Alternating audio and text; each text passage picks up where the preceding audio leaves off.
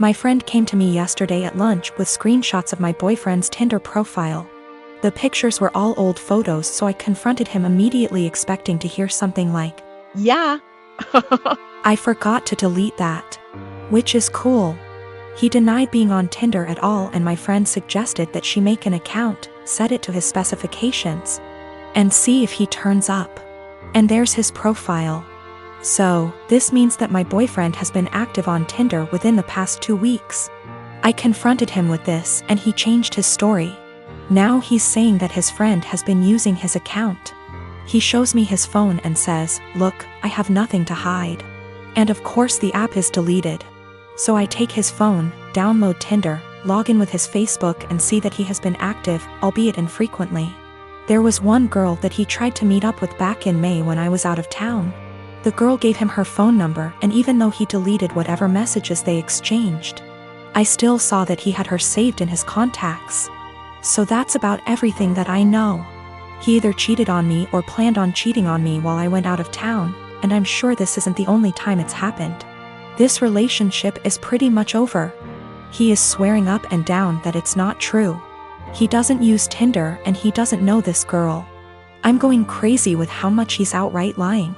He seems so sincere, but I know what I saw. I can't listen to him deny this one more time. This blew up while I was away. I'm sorry I won't be able to respond to every comment. So I did some stuff that was kind of petty and stupid today. I made a fake Tinder account, matched with my boyfriend. And he starts messaging me and immediately asks me to meet him for a drink. We agree to meet by a fountain in the center of my town, and I pack up all of his stuff in a tote bag, put on a great outfit, and went to the fountain. I stood kind of out of the way of the fountain in the shadows where I could watch the street that I knew he'd be arriving from. I was devastated, but I figured this way I could catch him without a doubt and end things quickly. All the time, he's messaging this girl on Tinder. But he didn't show up. 2 of his roommates did. We didn't speak, I don't know them well, but they watched me for a while. Figured out what was going on after a few more Tinder messages, and left quickly. So I wait a few minutes and I call my boyfriend and ask him where he's at. He says he's just gotten off of work and he's going to meet his roommate for a drink. I confront him with the fake Tinder profile, and he's dumbstruck and furious with his roommate, who he swears up and down is behind all of this. I'm at home now, just emotionally exhausted and confused. Whatever is going on with his roommates is super sketchy and creepy. Up until this point my boyfriend and I had a great relationship. Really, no red flags anywhere. If I had already been suspicious that he was cheating, this would be a much easier break for me. The most recent message on his Tinder account, when I checked it yesterday, was sent to a girl he had matched with before we met. It said, "Would you want to meet up with my friend?" My boyfriend is the kind of person whose iPhone passcode is 0000. I wouldn't be surprised if his roommates did know all of his passwords. So, his Tinder account is still matched with my fake profile. To me, that indicates that he probably isn't the person operating the Tinder profile. If it were him, wouldn't he have blocked the fake profile immediately? A lot of people have said that he probably sent his roommates to check things out for him. I can't write that off entirely, but my gut says that it isn't true. I just don't think it's very likely.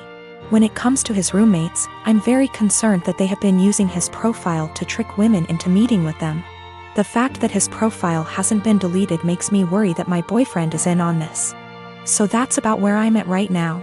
I'm worried that all of them are working together to, at best, scam women, at worst, assault them, and my boyfriend is at least passively involved.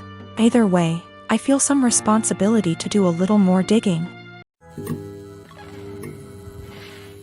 I am 33, female. Don't think I'm in the wrong here, but the way my neighbors reacted to me has me second-guessing myself. A few days ago I woke up at 8:30 a.m. and was about to let my large dogs out into my fenced backyard. At the last second I checked my phone and saw that my next-door neighbor Catherine had sent me a text at 1 a.m. telling me there would be contractors in my backyard power washing her house from 8 to 9 a.m. Here's my issue. I wouldn't mind letting them in my yard if that made the work easier. But Catherine never asked, she just told me it was happening, with 7 hours notice, in a text sent to me while I was asleep. It was just by chance that I saw it before I let the dogs outside, and had I not seen it, I could have let my dogs out into my yard with contractors already in the yard.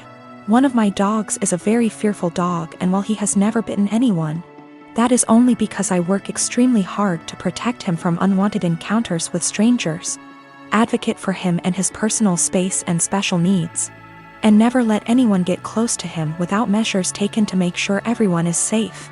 He is a very loving and special dog, so this is just not a risk I'm willing to take because I want to be a responsible dog owner.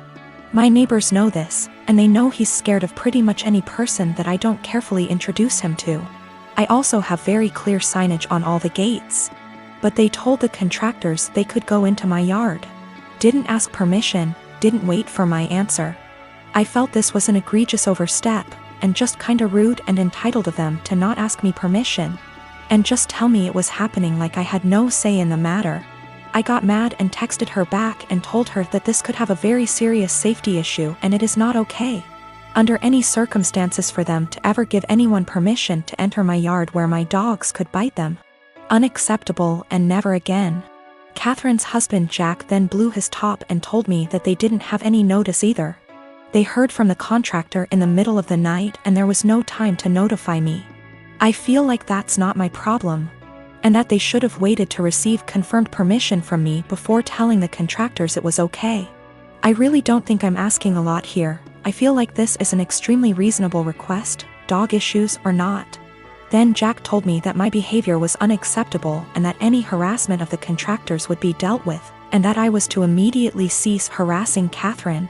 I never even spoke to the contractors, and I sent Catherine a total of 4 text messages that more or less said that this is a boundary they can't cross. This was unacceptable, and they are not to do it again. Jack sent me a few more nasty texts, and at this point I'm not really interested in being friendly anymore. But Jack still said that I was the one who was being unacceptable. Jack just yelled at me from his balcony to tell me that the painters will be coming back multiple times this week and he doesn't know when, so I am calling the company first thing tomorrow and explaining the situation to them.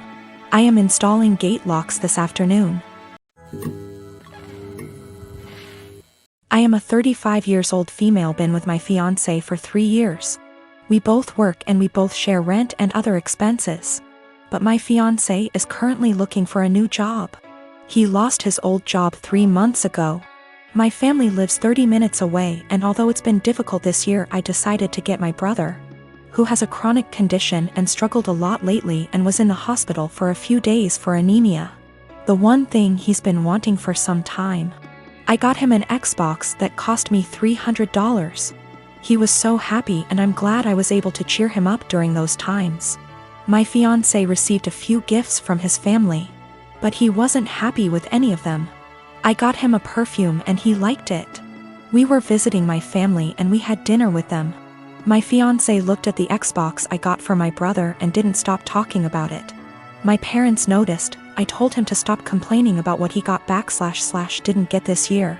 That made them uncomfortable, especially since they've been dealing with my brother's health issues and needed to relax. We got home and my fiancé took something from the closet and left for about an hour. I was asleep when he came back. In the morning I was surprised to find my brother's Xbox in the closet. I woke him and asked him about it.